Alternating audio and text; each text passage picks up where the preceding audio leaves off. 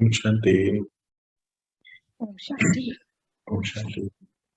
शांति ओम शांति। शांति। चलिए, ओम शांति। शांति। हम आज का अपना महावाक्यों का चैप्टर शुरू करते हैं। बाबा ने किस तरीके से हम सभी बच्चों को पढ़ाया और पढ़ाते पढ़ाते आज कहाँ तक पहुंचाया है। चलिए इसी में और आगे अपनी यात्रा को बढ़ाते हैं और शुरू करते हैं। तो आज का जो टाइटल है, त्रिदेव रचयिता द्वारा वरदानों की प्राप्ति। परमात्मा त्रिदेव रचयिता अर्थात देवों के भी देव कहलाते और हम सभी के पिता। और त्रिदेव रचयिता का अर्थ क्या होता है कि 3 फैकल्टी हैं, ब्रह्मा विष्णु महेश, उसके द्वारा अपने सारे कारोबार कराते हैं। संगम पर ये सभी कारोबार होते हैं क्योंकि एक नए युग की स्थापना, एक नए कल्प की स्थापना, ये सारे एक ही समय पे होते हैं। तो बाबा बता रहे हैं कि त्रिदेव रचयिता द्वारा वरदानों की प्राप्ति। इसमें बाबा आज बहुत सारी चीजों को समझाएंगे हमें। भक्ति मार्ग के बारे में भी पता चलेगा। तो चलिए शुरू करते हैं। आज त्रिदेव रचयिता अपनी साकारी और आकारी रचना को देख रहे हैं। दोनों रचना अति प्रिय है।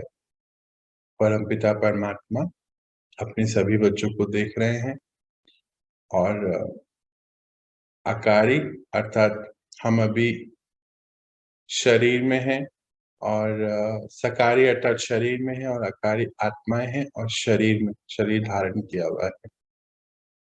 इसीलिए रचता और रचना को देख हर्षित होते हैं। रचना सदा यही खुशी के गीत गाती है कि वह रचना रचता, और रचता सदा ये गीत गाते वह मेरी रचना। वो रचयिता, हम उनकी रचना और गीत गा रहे हैं बाबा के, और बाबा हम सभी बच्चों के। रचना प्रिय है। जो प्रिय होता है उसकी सदा सब कुछ देखकर संपन्न बनाते हैं, उसको सब कुछ देखकर संपन्न बनाते हैं। जैसे दुनिया में भी जब माता पिता अपने बच्चों को हर रीति से संपन्न बनाते हैं, जो भी उनके लिए पढ़ाई हो, खाने पीने की व्यवस्थाएं हो, कपड़े आदि सब प्रॉपर्टीज, हर चीज से संपन्न बनाना चाहते हैं। हर बच्चे को माता पिता का यही सपना रहता है। ऐसे ही हम सबके पिता, उन्होंने हमें सब कुछ दे रहे हैं, सारी प्राप्तियां, ज्ञान की, शक्तियों की कराते जा रहे हैं, तो उससे संपन्न बना रहे हैं। तो बाबा ने हर एक श्रेष्ठ रचना को विशेष 3 संबंध से कितना संपन्न बनाया है। 3 संबंध कौन से हैं अभी हम देखते भी हैं। त्रिदेव हैं, तो कौन कौन से संबंध हैं? 3 ही संबंध भी बता रहे हैं। बाबा के संबंध से, यानी कि पिता के संबंध से दाता बन ज्ञान खजानों से संपन्न बनाया। शिक्षक रूप से भाग्य विधाता बन अनेक जन्मों के लिए भाग्यवान बनाया। सद्गुरु के रूप में वरदाता बन वरदानों से झोली भर देते। 3 बाबा ने अभी रोल बताए अपने। एक तो पिता का रोल है ही सबसे बड़ा, और उनकी जितना भी वर्षा है तो वारिस बना दिया, हमें सारा ज्ञान देकर संपन्न बनाया। और फिर टीचर का रूप भी है। तो टीचर का क्या कार्य होता है? अपने बच्चों को इतना अच्छी रीति पढ़ाकर उनका भाग्य बनाना। तो अभी अनेक जन्मों का है ना, देखते हैं ना हम कि 21 जन्म का भाग्य बाबा कहते हैं कि हमने बना रहे हैं उनके साथ। और सदगुरु के रूप में वरदान। वरदान कितने मिले हैं ना, कितने सारे वरदान बाबा हमें देते हैं कि हमेशा आप प्रगति जीत रहे, समय जीत रहे और सबसे शक्तिशाली आत्मा है। कितने वरदान बाबा हम रोज कोई ना कोई वरदान उनसे हमें मिलता है। यह है अविनाशी स्नेह व प्यार। अविनाशी, विनाश नहीं हो सकता। प्यार की विशेषता यही है, जिससे प्यार होता है उसकी कमी अच्छी नहीं लगेगी। कमी को कमाल के रूप में परिवर्तन करेंगे।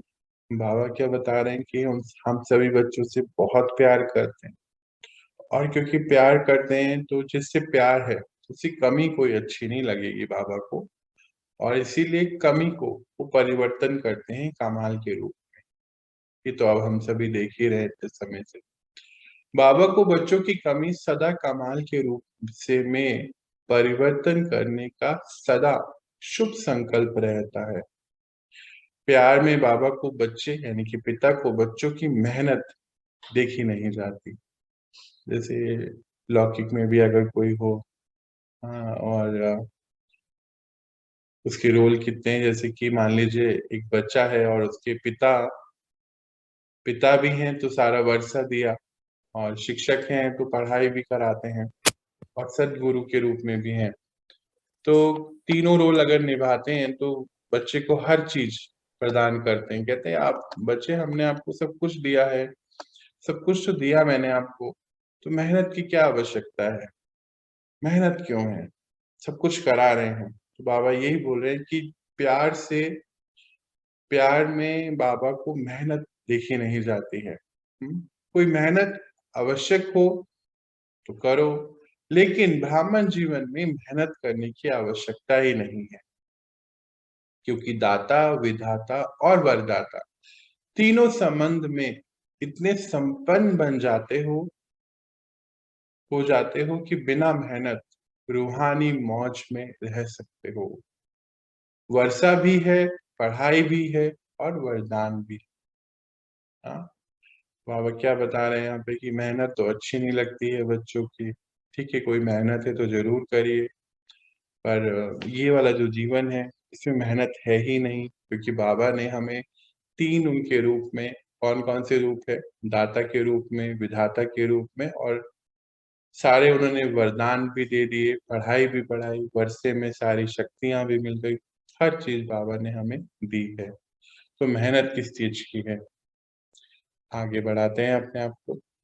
जिसको तीनों ही रूपों में से प्राप्ति हो, ऐसे सर्व प्राप्ति वाली आत्मा को मेहनत करने की क्या आवश्यकता है। शक्तियां वर्षे में मिल गई, ज्ञान से सारे सभी प्रकार के अंदर की जो भी खिटपिट थी सब दूर हो गई, और इतने सारे वरदान मिल गए बाबा से। कभी बोलते हैं कि आप सब मेरे राजा बेटे हैं, हाँ, कभी बोलते हैं कि विश्व अधिकारी हैं वरदान, कभी वरदान बोलते हैं सब राज्य अधिकारी हैं। तो जो जो वरदान अगर हम सच में यूज करते चले जाएं अपने अंदर, तो सारा ही अपना भाग्य हम कैसे भाग्य विधाता के साथ बना सकते हैं। तो बाबा बोलते हैं कि जिसको तीनों ही रूप में प्राप्तियां इतनी अनेक हो गई हों, तो उस आत्मा को मेहनत किस चीज की है। कभी वर्षे के रूप में व पिता को दाता के रूप में याद करो, तो रूहानी अधिकारीपन का नशा रहेगा। हाँ, तो वर्षा, सारा वर्षा किसका है, शक्तियों का। दाता, शक्तियों के दाता के रूप में याद करो तो अधिकारीपन का नशा रहता है। शिक्षक के रूप में याद करो तो गॉडली स्टूडेंट, अर्थात भगवान के स्टूडेंट है, इस भाग्य का नशा रहेगा। परमात्मा को अगर हम ये समझ जाएं, जान लें इस रूप में, हम तो रोज ही समझते ही हैं इस बात को कि वो हमारे टीचर हैं, तो हम कोई किसके स्टूडेंट हुए, गॉडली स्टूडेंट हुए। तो कितनी बड़ी बात है कि भगवान के स्टूडेंट हैं हम। सदगुरु, सदगुरु हर कदम पे वरदानों से चला रहा है। हर कर्म में श्रेष्ठ मत वरदाता का वरदान है। दुनिया में भी तो अगर किसी की सलाह की जरूरत होती है, या कुछ चीज हम कर रहे होते हैं, कोई कार्य कर रहे हैं, कोई कोई भी नया चीज शुरू करनी है, कोई नया व्यवसाय शुरू करना है, कोई रिश्ता जोड़ना है, तो बोलते हैं कि उनसे सलाह ले लीजिए। दुनिया में कोई कोई भी कार्य करते हैं तो अपने बड़ों से सलाह लेते हैं। ऐसे जब सलाह देने के लिए, मत देने के लिए ऊपर ऊपर वाला, जिसको हम बोलते हैं परमात्मा, हमारे साथ है, हर कर्म पे क्या कार्य, हर कर्म कैसे करना है, उसकी श्रेष्ठ मत, श्रीमत जब हर बार उनसे मिल रही है, तो कितना बड़ा हमारा भाग्य है कि बाबा हमें साथ रखकर हर सुबह से लेकर रात तक की एक एक मत उन्होंने हमें दी है। जो हर कदम श्रेष्ठ मत से चलते हैं, उसको हर कदम में, हाँ, कर्म की सफलता का वरदान सहज, स्वतः और अवश्य प्राप्त होता है। ये लाइन को अंडरलाइन करेंगे और उसको समझेंगे। हर कदम में सुबह से लेकर रात तक बाबा की श्रीमत मिली हुई है। जब हर कदम में श्रेष्ठ मत पर चल रहे हैं, हाँ, तो सफलता कैसे है? तो बाबा बोलते हैं वरदान है, सहज है, स्वतः है और अवश्य है, प्राप्त होनी ही है सफलता। सदगुरु की मत श्रेष्ठ गति को प्राप्त कराती है और गति सदगति को प्राप्त कराती है। तो श्रेष्ठ मत और श्रेष्ठ गति, हाँ, दो शब्द हैं, इसको समझेंगे फिर से। सदगुरु की मत श्रेष्ठ गति को प्राप्त कराती है, गति सदगति को प्राप्त कराती है, श्रेष्ठ मत और श्रेष्ठ गति। अब इन दोनों को समझते हैं, बाबा स्पष्ट कर रहे हैं। तो अपने स्वीट होम अर्थात गति, हम सब आत्माएं जब पूरा सृष्टि चक्र पूरा होता है तो सभी परम धाम में जाती हैं। सारी आत्माओं को जाना होता है घर पे। तो पहले तो क्या हुआ कि गति मिली। कौन सी गति मिली? स्वीट होम की। पता चला कि ये हमारा परमानेंट घर नहीं है, हमारा घर परम धाम है, सभी को जाना है, पर हम सब तो अभी यहाँ रहते रहते वहां आते जाते रहते। तो ये गति। और फिर स्वीट राज्य अर्थात सदगति। तो अभी तो घर जाएंगे, सभी को जाना होगा अपने अपने समय अनुसार। और फिर इतना कार्य करके जा रहे हैं कि स्वीट राज्य अर्थात जब सतयुग में आएंगे तो विश्व अधिकारी बन जाते हैं बच्चे बाबा के। इसलिए बोलते हैं कि गति मिली और सदगति मिली। इसको तो प्राप्त करते ही हो, लेकिन ये तो होना ही है, हाँ, अभी फ्यूचर में होना ही है, तो कंफर्म है बाबा बोलते। पर लेकिन ब्राह्मण आत्माओं को और विशेष गति प्राप्त होती है, वह है इस समय की श्रेष्ठ मत की, श्रेष्ठ कर्म की प्रत्यक्ष फल अर्थात सफलता की। जब श्रीमत मिल रही है तो अभी देखो हमारा जीवन, पहले वाला जीवन देखो और अभी का जीवन देखो। अभी का जीवन कैसा हो गया है, कितनी शांति अंदर आ गई है। हर पल एक एहसास है कि परमात्मा हमारे साथ हैं और सब दुख दूर हो चुके हैं। मैं आत्मा शांति स्वरूप हूँ। अंदर जो हलचल होती थी वो बिल्कुल बंद हो गई है, शक्तियां अपनी बढ़ गई है। तो क्या हुआ? सफलता मिल गई ना, कि श्रेष्ठ मत साथ में है। तो इस जीवन में भी हो ही रहा है, फ्यूचर में तो जो होना है वो है ही, इस जीवन में भी हो रहा है। ये श्रेष्ठ गति सिर्फ संगम युग पर ही आप ब्राह्मणों को प्राप्त होती है। हमें मालूम है ब्राह्मण का अर्थ क्या होता है। जो भी हाई वाइब्रेशन वाली आत्मा, बाबा ने उनको नाम दिया ब्राह्मण, और बोले ये संगम पर प्राप्त होता है और पूरे युग में कहीं नहीं, क्योंकि परमात्मा का आना होता है। इसलिए कहते हैं जैसी मत वैसी गत। वो लोग, बाहर के लोग समझते हैं मरने के बाद गति मिलेगी, इसीलिए अंतमति सुगति कहते हैं। हाँ, कहते हैं ना बाहर की दुनिया में भी कि जैसी लास्ट की आपकी मति हो वैसी गति होती है। तो क्या लास्ट की मति अच्छी की जा सकती है? अगर पूरा जीवन हमने मानो व्यर्थ में गवाया हो, तो लास्ट में क्या आएगा याद है? व्यर्थ ही याद आएगा ना। पर पूरा जीवन ही श्रेष्ठ में बिताया हो, तो फिर लास्ट कैसा होगा, अंतिम समय कैसा होगा? अच्छा ही होगा, क्योंकि पूरा जीवन श्रेष्ठता की और बाबा हमें रोज बढ़ाते जा रहे हैं। लेकिन आप ब्राह्मण आत्माओं के लिए इस अंतिम मर जीवा जन्म में हर कर्म की सफलता का फल अर्थात गति प्राप्त होने का वरदान मिला हुआ है। तो ये जीवन हमारा बाबा ने क्या बताया, ये तो हम सबको पता है। मर जीवा का अर्थ मतलब इस शरीर में रहते हुए पुरानी स्मृति बिल्कुल डिलीट, पुराने सारे कर्म बिल्कुल चेंज, सभी आत्माओं के साथ रिश्ता बहुत बहुत अच्छा परफेक्ट, सभी से प्रेम का रिश्ता। देवी देवताओं का क्या होता है, सभी से आपस में स्नेह होता है, प्रेम होता है।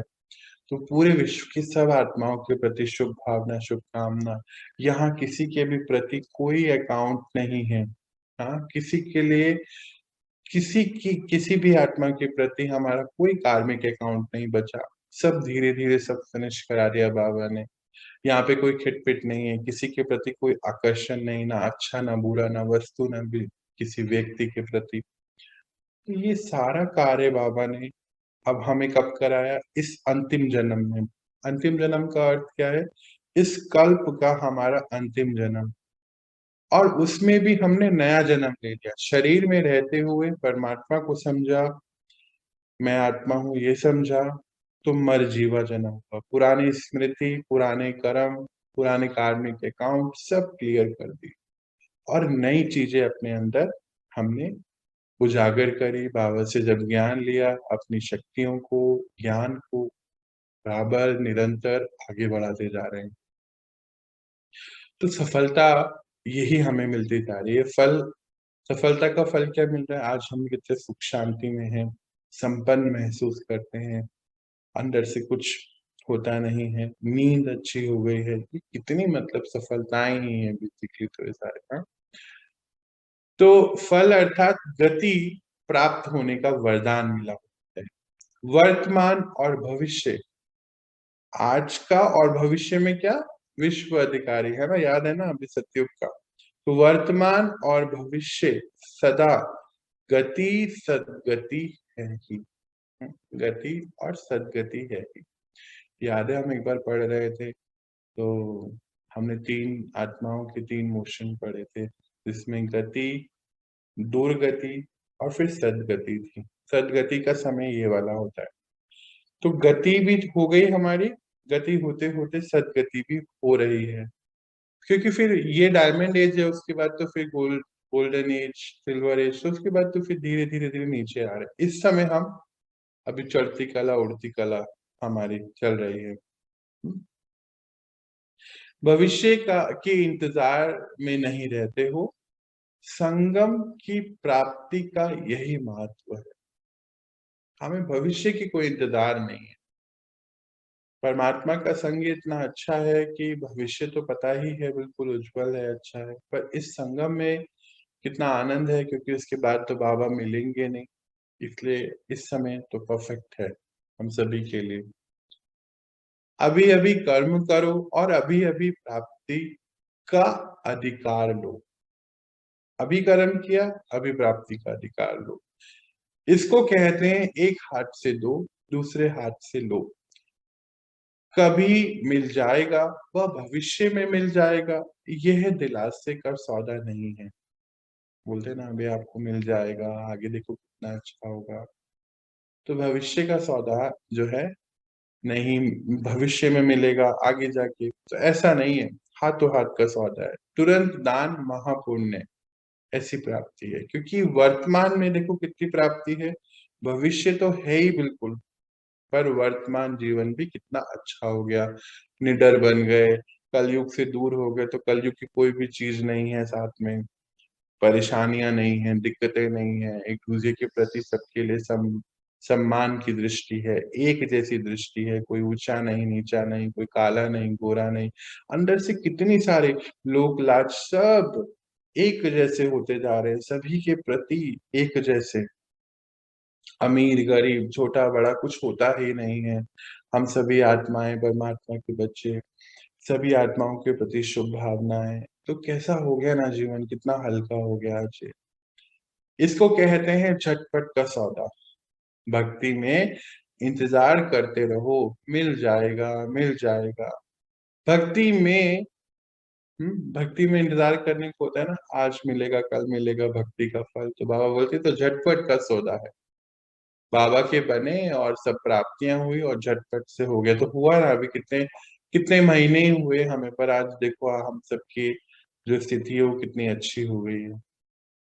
भक्ति में है कभी, और बाबा कहते मतलब कभी मिलेगा कभी नहीं मिलेगा। भक्ति में ऐसा कुछ होता है, परमात्मा क्या देंगे क्या नहीं देंगे ऐसे। तो बाबा कहते हैं यहाँ तो अभी लो, आओ करो और अभी लो। तो झटपट, आदि से झटपट का सौदा हुआ। जब से मिले हैं, ज्ञान में आए हैं, तब से झटपट का सौदा चल रहा है हमारा। इसको कहते हैं रचता और रचना से सच्चा प्यार। रचता और रचना से सच्चा प्यार। बाबा रचयिता और हम उनकी रचना है, तो हम दोनों का आपस का सच्चा प्यार। और बोलते सारे कल्प में ऐसा प्यार कोई और हो ही नहीं सकता, भगवान का हमारे प्रति, डायरेक्ट बच्चों प्रति, और हमारा उनके प्रति। कितनी भी नामी ग्रामी प्यारे हो, लेकिन यह है अविनाशी प्यार और अविनाशी प्राप्ति। तो ऐसे प्यार कोई हो ही नहीं सकता। इसीलिए बाबा को बच्चों की मेहनत पर रहम आता है। अभी बाबा फिर मेहनत की बात बोल रहे हैं कि मेहनत नहीं करनी है इसमें, तो ये तो जीवन एंजॉय करने वाला है और श्रेष्ठ जीवन है, इसमें मेहनत की नहीं है बात के लिए। तो वरदानी सदा वर्षे के अधिकारी कभी मेहनत नहीं करते। वरदान और वर्षे में सब कुछ मिला हुआ है, तो मेहनत नहीं करते हैं। भाग्य विधाता शिक्षक के भाग्यवान बच्चे सदा पास विद ऑनर होते हैं, ना फेल होते हैं, ना कोई व्यर्थ बात फील करते हैं। अब चैप्टर के बिल्कुल इम्पोर्टेंट पोर्शन को शुरू कर रहे हैं बाबा। अभी तक तो बाबा ने हमें सभी चीजें बताई कि आप बच्चे मेहनत करने वाले नहीं हैं। तो बाबा कहते हैं कि ना तो कभी फेल होते हैं बच्चे, हमेशा पास विद ऑनर होते हैं, और कोई चीज व्यर्थ की फील नहीं करते हैं। देखते हैं क्या कहते हैं। मेहनत करने के कारण दो ही हैं, या तो माया के विघ्नों से फेल हो जाते हैं, व संबंध संपर्क में, चाहे ब्राह्मण के चाहे अज्ञानी के, दोनों संबंध में कर्म में आते छोटी सी बात से में व्यर्थ फील कर लेते हैं, जिसको आप लोग फ्लू की बीमारी कहते हो। उन्होंने अब युक्ति दी, इसको समझते हैं। एक तो माया यानी कि जितने भी हमारे विकार हैं वो विघन लेकर आते हैं, तो हम फेल हो जाते हैं, वहां मेहनत करते हैं। या फिर किसी भी संबंध में आते हैं, चाहे ब्राह्मण आत्मा यानी कि ज्ञानी आत्मा के संबंध में आ रही है, या ज्ञानी और अज्ञानी के संबंध में आ रही है, तो उनके साथ कोई भी कर्म है, कोई छोटी सी बात है, तो उसको व्यर्थ में फील कर लेते हैं। तो बाबा कहते हैं जैसे आप दुनिया में कहते हो ना फ्लू की बीमारी है, आजकल तो हम देख भी रहे हैं ना। तो फ्लू क्या करता है, एक तो शेकिंग यानी कि हलचल करता है, शिवरिंग होती है ना, एक तो शिवरिंग होती है, उससे शरीर हिलता है, कब मतलब कांपते रहते हैं ना, ठंड लगती है तो। और यहाँ आत्मा की स्थिति हिलती। देखो बाबा कैसे युक्ति दे रहे हैं। हमारी स्थिति हिल गई ना, कोई चीज फील हो गई तो, अरे उन्होंने मुझे ऐसा बोल दिया, अरे उन्होंने ना ऐसा मुझे ऐसे पूछा नहीं, अरे उन्होंने इतनी तेज बोल दिया, उन्होंने तो मुझे ऐसे कह दिया, मुझे फील हो गया। हाँ, देखो कैसे बाबा हमारे थॉट्स को समझ रहे हैं। ऐसे कोई थोड़ी कहता है, ज्ञान में आके ऐसे थोड़ी करते हैं। इन्होंने तो ज्ञान का नाम ही खराब करके रखा है। हम्म? तो क्या हुआ, शिवरिंग हो गई। तो फ्लू में क्या होता है, ठंड लगती है तो शिवर करता है। कब कब आते हैं, या कब क्या बोलते हैं उसको, वो होता है। ऐसे यहाँ पर हमारी आत्मा की स्थिति हिलती है, मतलब हम अपनी सीट से हिल जाते हैं, मैं आत्मा और मेरेपन में चले जाते हैं, मैं और मेरा का हिसाब किताब शुरू हो जाता है। मुझे ऐसा कर दिया, ऐसे थोड़ी कहते हैं, ऐसे थोड़ी करते हैं, इसमें चले जाते हैं, हिल गए। मन हिलता है और मुख कड़वा हो जाता है। हाँ, तो बुखार होता है तो क्या होता है, मुख कड़वा होता है ना। यहाँ भी मुख से कड़वे बोल बोलने लग पड़ते हैं, क्योंकि मैं और मेरा में चले गए तो फिर कभी ऊंचे बोल बोल दिए, कड़वे वचन बोल दिए, तो कड़वे बोल बोलने लगते हैं। और क्या होता है, कभी सर्दी कभी गर्मी चढ़ जाती है। हाँ, याद आ रहा है अपना सब चीजें ना, कभी सर्दी कभी गर्मी चढ़ जाती है। यह भी जब फीलिंग आती है, यहाँ भी जब फीलिंग आती है तो अंदर जोश आता है, गर्मी चढ़ती है। इसने यह कह दिया, क्यों कहा, ऐसा क्या किया, ये सब चीजें हैं, यहाँ पे चलता रहता है। यह जोश है अनुभवी। अनुभवी तो होना, बाबा पूछ रहे हैं, ये सब हो गया है ना, होता है ना, हंस रहे हो ना कि क्या क्या। अभी हमारे वहां पे पिछले 2-3 दिन से ये चल रहा था, बाबा चैप्टर लेकर आ गए, इसने ऐसा क्यों कर दिया, ब्रेकफास्ट के टाइम पे थाली क्यों खींच ली, और बस छोटी सी बात और 3 दिन खराब। तो अनुभवी होना है, पूछ रहे हैं बाबा। और क्या होता है, खाना पीना कुछ अच्छा नहीं लगता है। हंस रहे हो ना वहां पे, खाना पीना कुछ अच्छा नहीं लगता है। यहाँ भी कोई अच्छी ज्ञान की बात भी सुनाए तो भी उनको अच्छी नहीं लगेगी। खाना पीना अच्छा नहीं लगता है जब बुखार हो जाता है ना, क्या क्यों कैसे, ये सब तो हो ही गया। और कोई ज्ञान की बात सुनाओ तो अच्छी नहीं लगती। हाँ, आखिरी रिजल्ट क्या होता है, आखिरी में क्या होता है रिजल्ट, कमजोरी आ जाती है। यहाँ भी कुछ समय तक कमजोरी चलती रहती है। यहाँ पर कैसे, क्या क्या अपनी स्थिति से डाउन हो गए, फिर बोलते हैं कि हम आगे बढ़ते हैं, फिर कोई ऐसी परिस्थिति आ जाती है और वो फिर हम फिर पीछे चले जाते हैं। आगे बढ़ते हैं और पीछे चले जाते हैं। इसीलिए ना फेल हो ना फील करो। ये आज का स्लोगन है, अंडरलाइन करेंगे, यहाँ पे प्रिंट करेंगे अपने।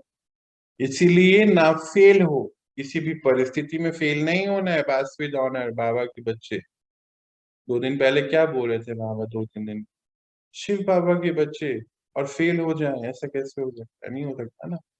तो इसीलिए ना फेल हो ना फील करो। हम्म बाबा श्रेष्ठ मत देते हैं, शुद्ध फीलिंग रहे। अंडरलाइन करेंगे इसको, श्रेष्ठ मत आज की क्या है, आज की श्रीमत क्या है, शुद्ध फीलिंग रहे सबके लिए, सभी आत्मा के लिए भी और अपने लिए भी, है ना। तो मैं सर्वश्रेष्ठ अर्थात फोटो में भी कोई आत्मा हूं। जब कभी कुछ ऐसा हो तो ये अपने आप को याद दिलाना है कि मैं सर्वश्रेष्ठ अर्थात फोटो में भी कोई आत्मा हूं। मैं देव आत्मा हूँ, महान आत्मा हूँ, ब्राह्मण आत्मा हूँ, विशेष पाठधारी आत्मा हूँ। इस फीलिंग में रहने वाले को व्यर्थ फीलिंग का फ्लू नहीं। हाँ, कोई कुछ भी कहे ना तो उसको कुछ नहीं लगेगा। नहीं तो क्या होता है, छोटी छोटी बातों को लेके कोई तो रोता ही रहता है दिन भर। हाँ, कोई कुछ परेशान रहता है, 3-3 4-4 दिन 10 दिन खराब करते हैं। तो बाबा क्या कहते हैं, शुद्ध फीलिंग रहे, मैं श्रेष्ठ आत्मा हूँ, कोटों में भी कोई हूँ, मैं देव आत्मा, महान आत्मा, ब्राह्मण आत्मा। और इस समय का विशेष पाठ, मतलब कितना बड़ा रोल मैं आत्मा निभा रही हूँ। तो क्या छोटी छोटी बात लगेगी क्या, हाँ किसी ने ब्रेकफास्ट नहीं किया, किसी ने, ये छोटी छोटी बातें क्या महसूस होंगी, मुझे तो नहीं लगता है होनी चाहिए। तो बहुत ही तुच्छ बातें हैं। तो बाबा कहते हैं इस फीलिंग में रहने वाले को व्यर्थ फीलिंग का फ्लो नहीं होगा। इस शुद्ध फीलिंग में रहो। जहां शुद्ध फीलिंग होगी वहां अशुद्ध फीलिंग नहीं हो सकती। तो जहां ये शुद्ध फीलिंग होगी तो ये व्यर्थ की अशुद्ध फीलिंग नहीं हो सकती। तो फ्लू की बीमारी से अर्थात मेहनत से बच जाएंगे। बाबा की युक्ति देखो, एक चीज कैसे लेकर आते हैं। तो बीमारी से बच जाएंगे मेहनत से, और सदा सहज स्वयं को कैसा अनुभव करेंगे कि हम वरदानों से पल रहे हैं, वरदानों से आगे बढ़ रहे हैं, वरदानों से सेवा में सफलता पा रहे हैं। क्योंकि बाबा ने क्या बोला है, सारी सेवाएं हैं, सारे कार्य हम जो भी कर रहे हैं वो सेवा है। इजी इजी इजी वरदानों से पढ़ रहे हैं, आगे बढ़ रहे हैं और वरदानों से सेवा पा रहे हैं। मेहनत अच्छी लगती है, वह मेहनत की आदत पक्की हो गई है। पूछ रहे हैं बाबा। हाँ, बाबा भी आगे बोलेंगे भी कि कोई को तो मेहनत ऐसी हो गई ना कि बस मेहनत करे बगैर तो उनको अच्छा ही नहीं लगता। तो मेहनत की आदत पक्की हो गई है, मेहनत अच्छी लगती है, वह मौज में रहना अच्छा लगता है। हाँ, तो जवाब दीजिएगा अपने अपने आप बाबा को।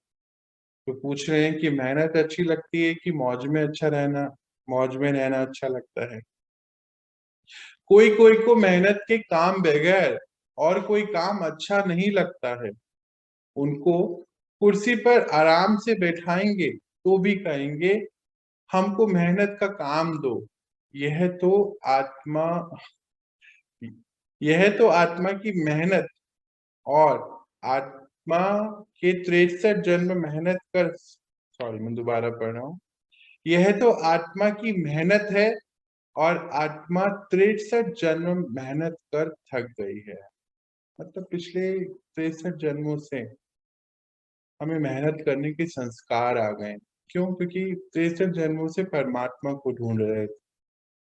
ढूंढ ही रहे अलग अलग जगहों पर। इसी जन्म में देखो अपने लास्ट हम कितना भगवान को ढूंढते रहे। तो ये अभी से नहीं चल रहा था, 63 जन्मों से चल रहा था।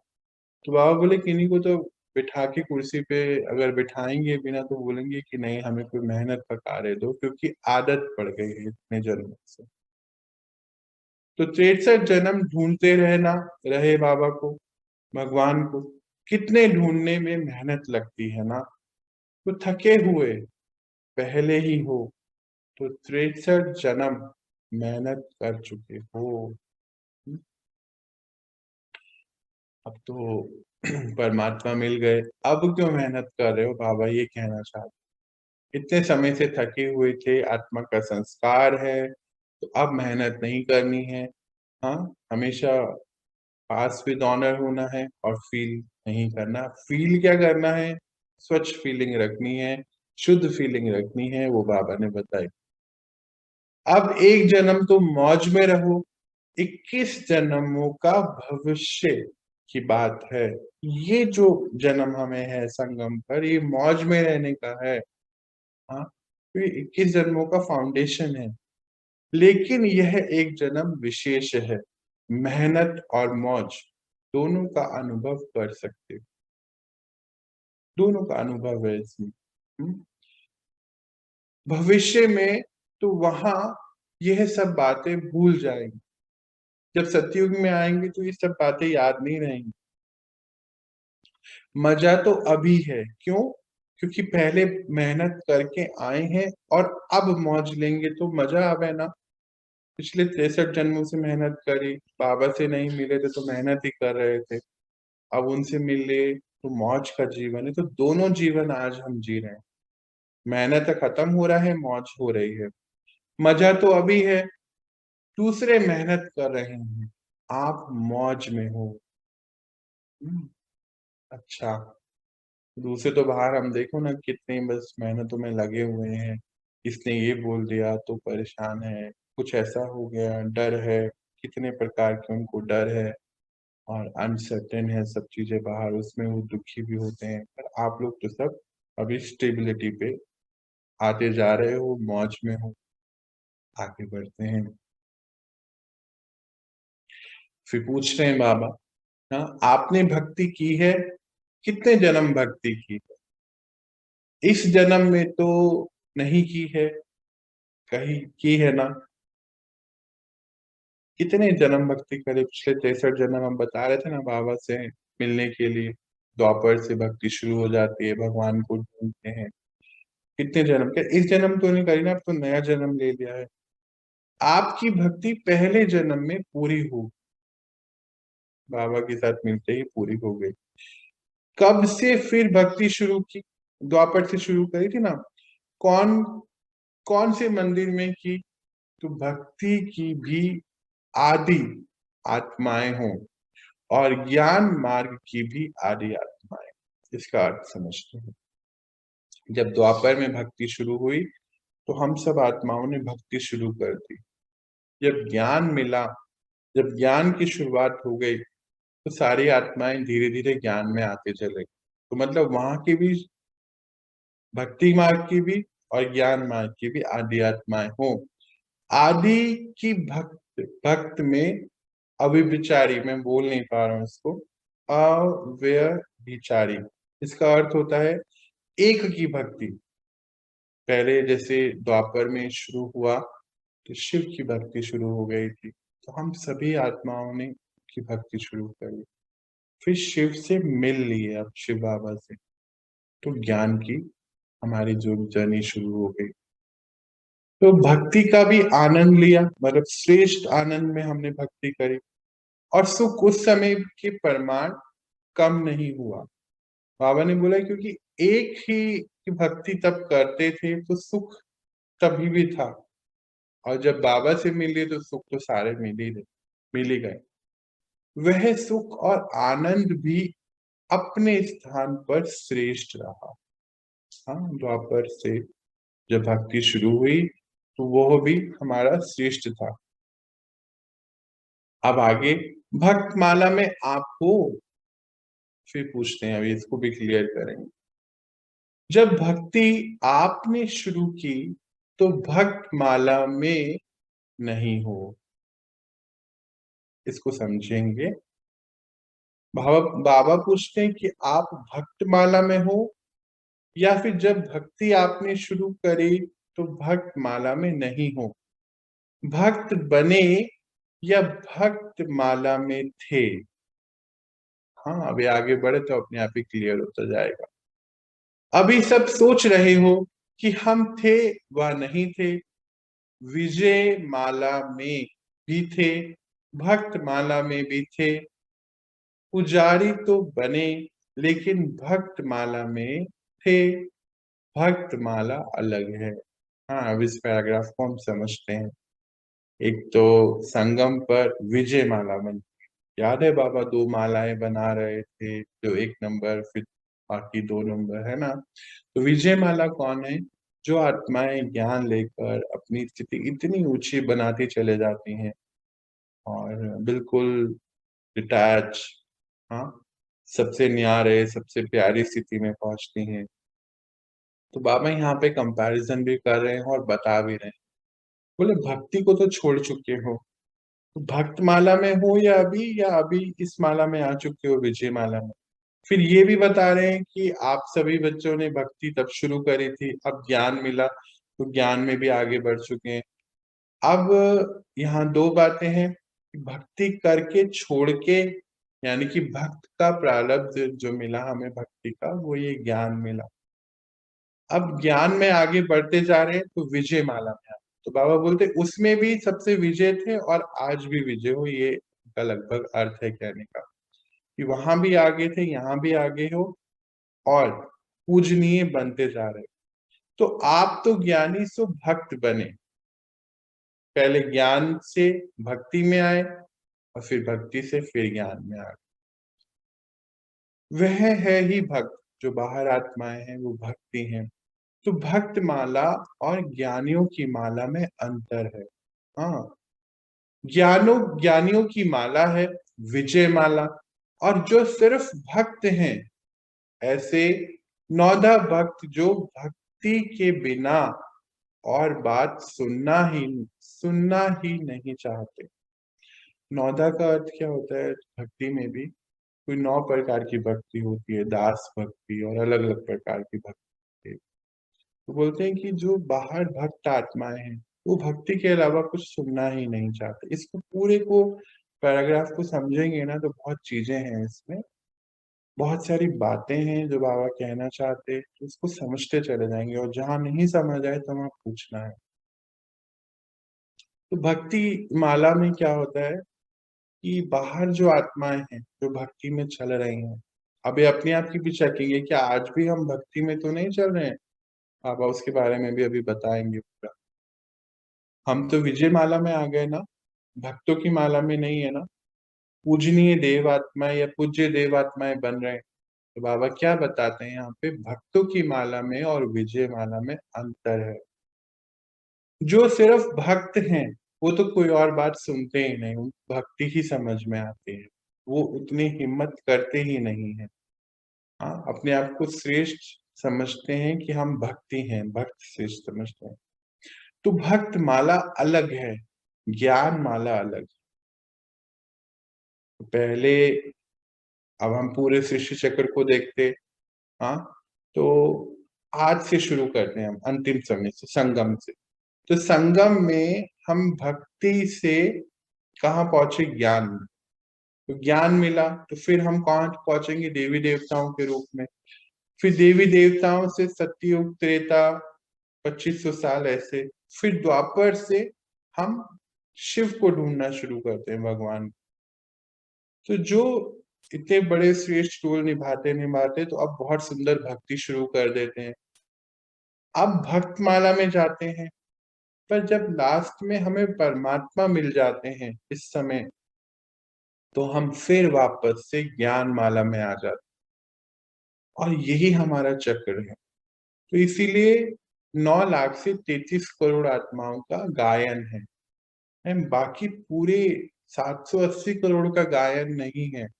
हमने सुना है ना कि भारत में 33 करोड़ देवी देवता हैं।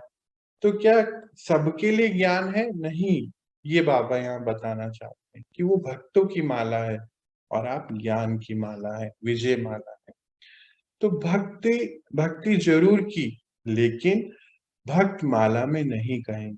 बोले भक्ति आप बच्चों ने जरूर करी, पर भक्त माला में नहीं कहेंगे। क्योंकि भक्ति का पाठ जो है, बजाने के बाद पूरा पाठ द्वापर वाला और फिर कलयुग के अंत तक का, अभी तक, इससे पहले तक, हाँ, बजाने के बाद भी आप सबको ज्ञान में आना है। तो ये वाला जो पोर्शन बाबा ने आज क्यों पूरा ऐड कराया भक्ति वाला, वो आप लोग अपने अपनी चेकिंग करेंगे कि ये बातें क्यों हो रही हैं। वह 9 भक्त हैं और आप 9 ज्ञानी हो। मतलब वो जो बाहर आत्माएं हैं वो भक्ति, 9 भक्ति जो बोलते हैं ना, 9 प्रकार की भक्ति, पर आप सब ज्ञान में ज्ञानी आत्माएं हो। आत्मा में संस्कारों का अंतर है। भक्त माला सदा मांगता के संस्कार होंगे।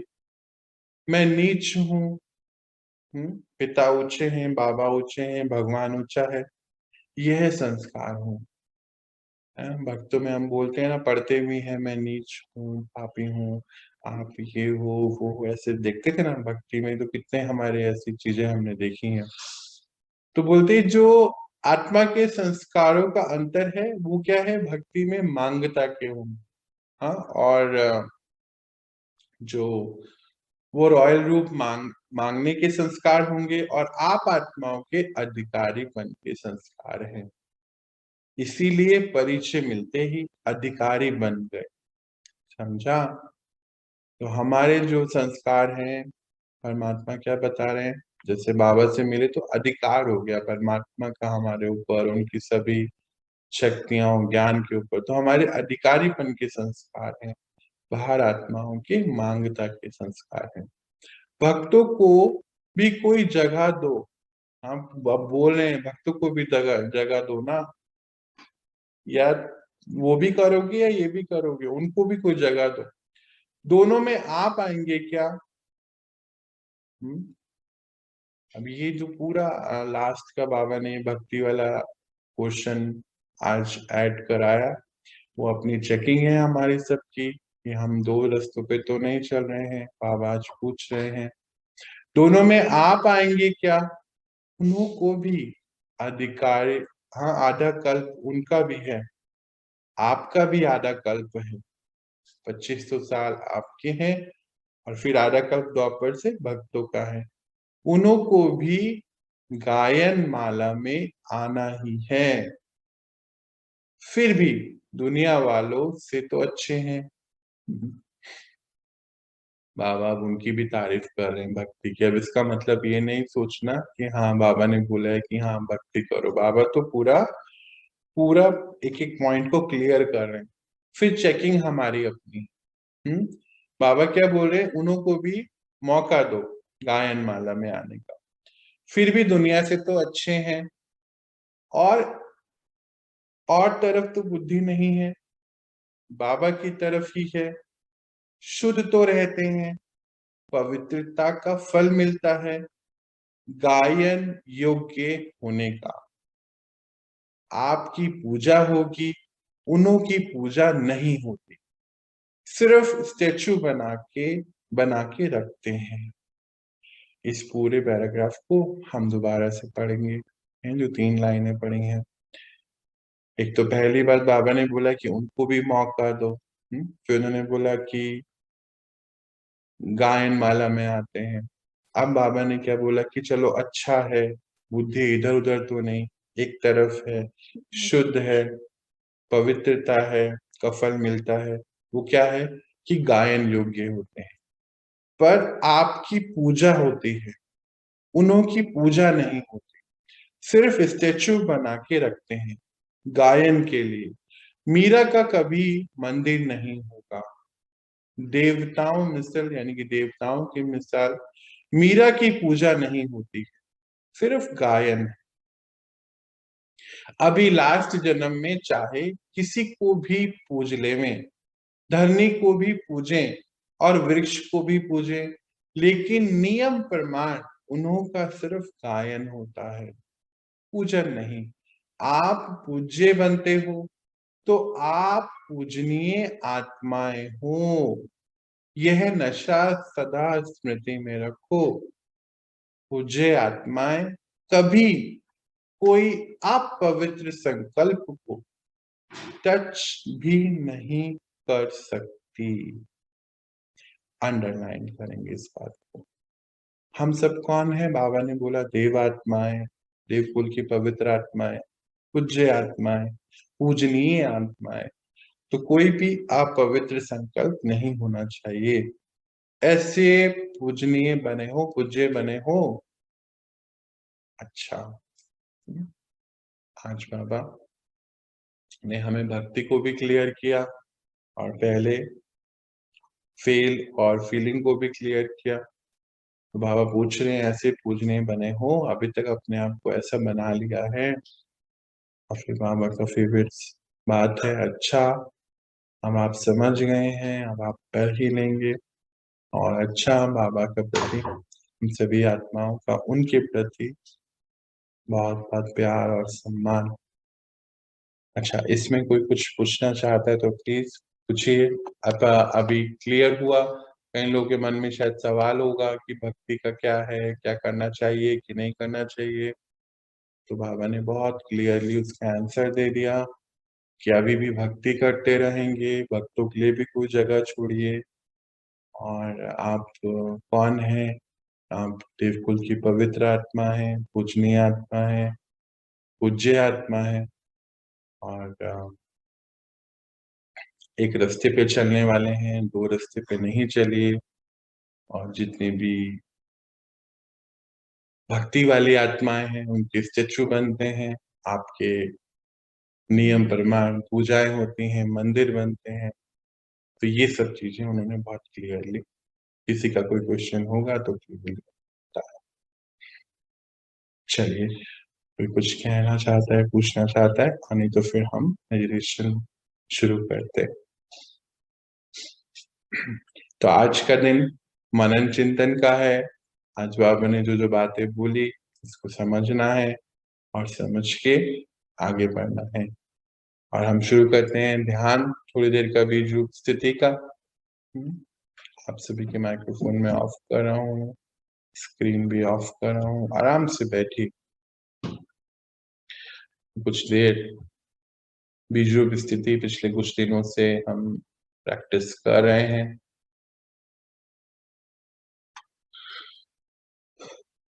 बीज रूप स्थिति करने का बेनिफिट क्या होता है? एक तो मन में बहुत शांति। आप लोग भी कर रहे हैं इतने दिन से, तो मुझे लगता है कि बहुत फर्क पड़ा होगा जरूर। और वातावरण में बहुत शांति आ जाती है, तो अपना घर का वातावरण बहुत स्टेबल हो जाता है। बीज रूप का अर्थ ही ये होता है कि मैं आत्मा और कुछ भी नहीं, बस हम है आत्मा, जो हमारा अनादि का रूप है। परम धाम में चलते हैं हम सभी और परमात्मा से शक्तियां लेते हैं, तो शक्तियों से भर जाते हैं। शक्तियों से भरने के कारण जो हमारे बात करने का तरीका और संकल्पों का जो गति है, यानी कि थॉट्स जो बार बार आते हैं, उसमें बीच में गैप आ जाता है, जिससे मन में शांति बढ़ती चले जाती है। बोलने का तरीका, सोचने का तरीका सब चेंज हो जाता है, क्योंकि हम बहुत शक्तिशाली स्थिति में पहुंचते हैं। तो चलिए, इस समय का हम सबसे बड़ा और अच्छा उन्नत रोल निभाते हैं। परमात्मा के संग चलते हैं, उनके पास परम धाम में पॉइंट ऑफ लाइट के जैसे, और विश्व की हर आत्मा को शक्तियां देते हैं। तो दो कार्य हो रहे हैं, एक तो परमात्मा हम भर रहे हैं, परमात्मा से अपने अंदर शक्तियों को अपने आप ही ऑटोमेटिकली होगा, और सेवा भी कर रहे हैं। चलिए आ जाएं अपनी बीज रूप स्थिति में। अनादि फॉर्म है हमारा, और चलते हैं रेड गोल्डन लाइट के अंदर परम धाम, परमात्मा के पास।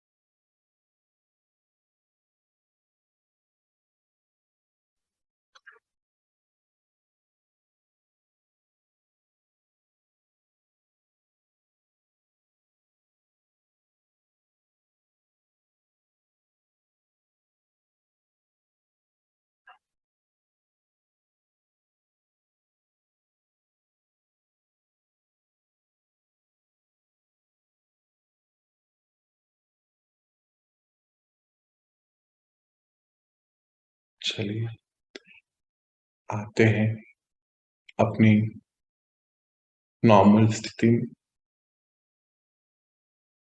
और ये जो शक्तियां हम भर के आए हैं, हम इमर्ज करते हैं अपने सामने, अपने घर पे रहने वाली सभी आत्माओं,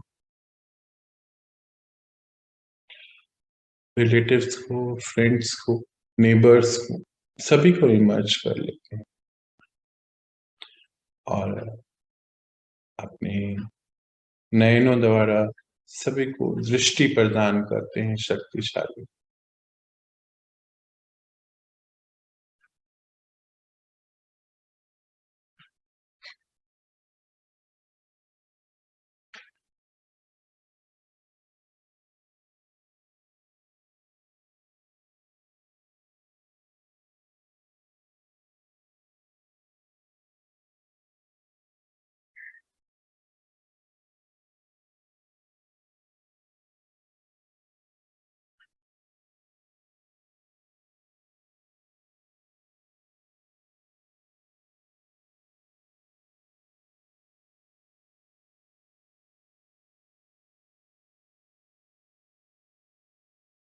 चलिए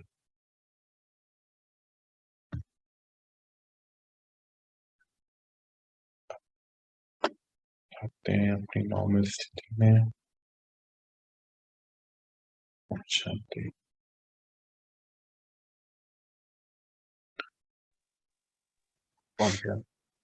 शांति। ओम शांति। ओम शांति भैया। ओम शांति। शांति। शांति भैया।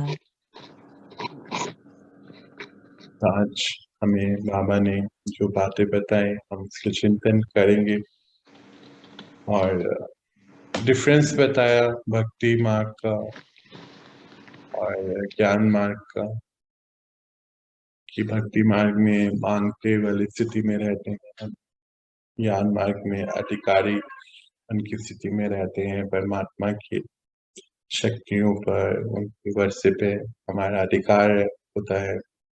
तो और ये जीवन हमारा मौज मस्ती का है, मेहनत का नहीं है। 21 जन्मों का फाउंडेशन है हमारा ये जीवन। ये कुछ बातें हैं तो आज हमें चिंतन करनी है।